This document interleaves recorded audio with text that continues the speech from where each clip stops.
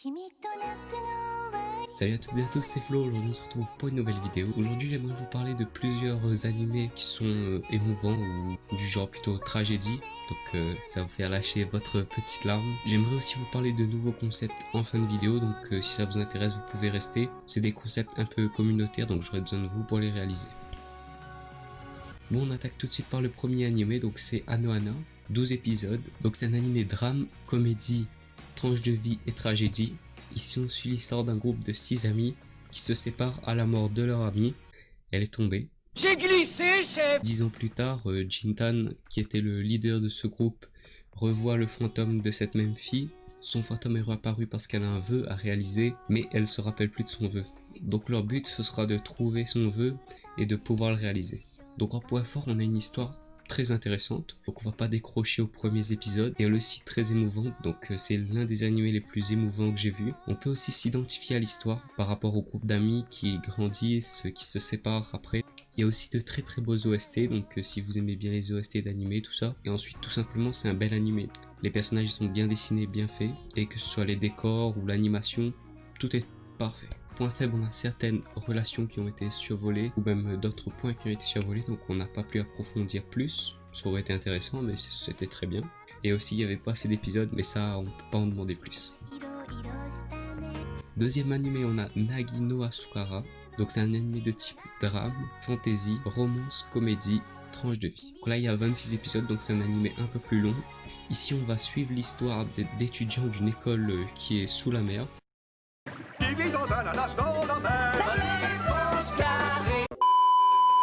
Bon, ils peuvent respirer dans l'eau bien sûr, sinon il n'y aurait pas trop de logique.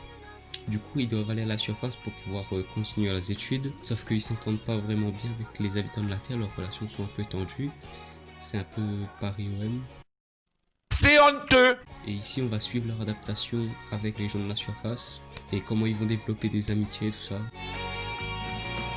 Ensuite, en point fort, on a une qualité qui est magnifique. Donc, les scènes dans l'eau, franchement, moi ça m'a épaté parce que je pensais que c'était un anime pas très connu. Finalement, après, je me suis rendu compte qu'il était un peu connu. Mais quand j'ai vu les scènes dans l'eau, ça m'a mis d'accord tout de suite. Et on voit ça dans très peu d'animés, la façon qu'ils ont d'animer les scènes dans l'eau qui sont très très bien faites. On a aussi des personnages qui sont attachants. Donc, à la fin de l'animé, c'est un peu triste de voir que c'est terminé.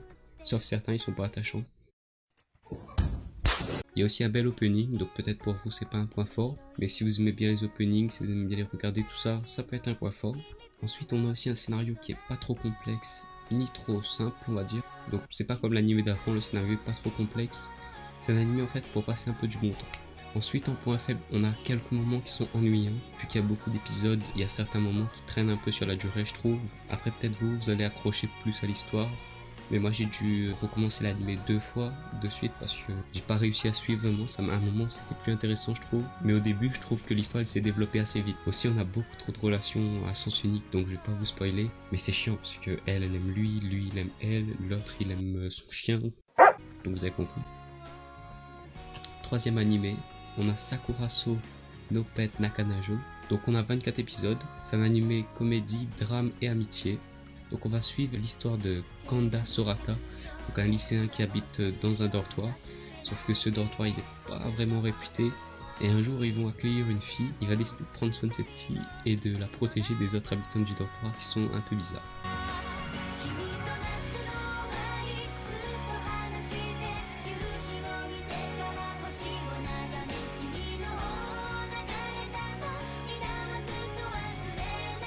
Point fort, on a un scénario simple, on a eu tous les scénarios compliqués, un peu des deux, et là un scénario simple, franchement le scénario il est simple, il n'y a pas de grandes problématiques, tout ça qui sont abordées, mais franchement c'est un anime très très drôle.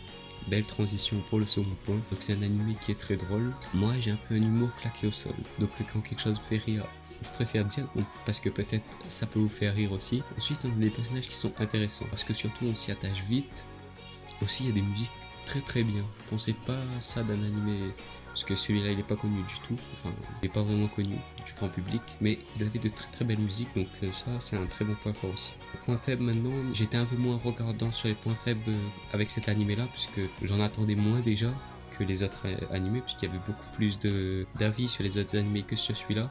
Donc j'ai pas réussi à en lister beaucoup, même pas du tout en fait. On pourrait dire qu'il y a certains moments qui sont un peu ennuyants, mais ça va, ils se rattrapent toujours parce que ils arrivent à mettre à caler une petite blague, tout ça, donc ça relance le scénario très rapidement. Voilà, en tout cas c'est fini pour cette présentation d'anime, donc c'est la première que je fais, mais je suis content d'en faire plusieurs parce que j'aimerais tourner un peu ma chaîne aussi vers le gaming, les animés, tout ça, la culture japonaise. Donc pour vous parler du concept, donc si vous êtes resté jusqu'à là déjà merci à vous. J'aimerais organiser une vidéo avec vous, donc j'aimerais créer un Discord et vous inviter pour qu'on puisse discuter des idées que vous aimeriez qui soit dans le nouveau Inazuma qui sortira sur Switch, PS4 et je sais plus. Ensuite on passe, on discute et j'en ferai une vidéo. Je voulais le faire sur Twitch sauf que ma connexion elle bug beaucoup en ce moment donc ça va être un peu compliqué. Et ensuite un peu dans la même thématique qu'avec Discord, j'aimerais qu'on parlerait de certains animés, que vous les présenteriez et on ferait ça un peu comme un tournoi. Donc vous pouvez envoyer par exemple votre animé contre quelqu'un d'autre, les abonnés choisissent lequel ils préfèrent, animé ou manga bien sûr comme vous voulez. Ça doit être quelque chose de pas trop connu mais je vais pas trop en dire parce que si je veux organiser, il faut pas qu'on me vole le concept. En tout cas si ça vous intéresse vous pouvez laisser un message dans les commentaires pour voir si je dois mettre ça en place justement. En tout cas merci d'avoir regardé cette vidéo, c'était Flo, c'était un plaisir d'avoir pu tourner cette vidéo, n'hésitez pas à lâcher un pouce bleu et vous abonner. On se retrouve pour de prochaines vidéos, ciao.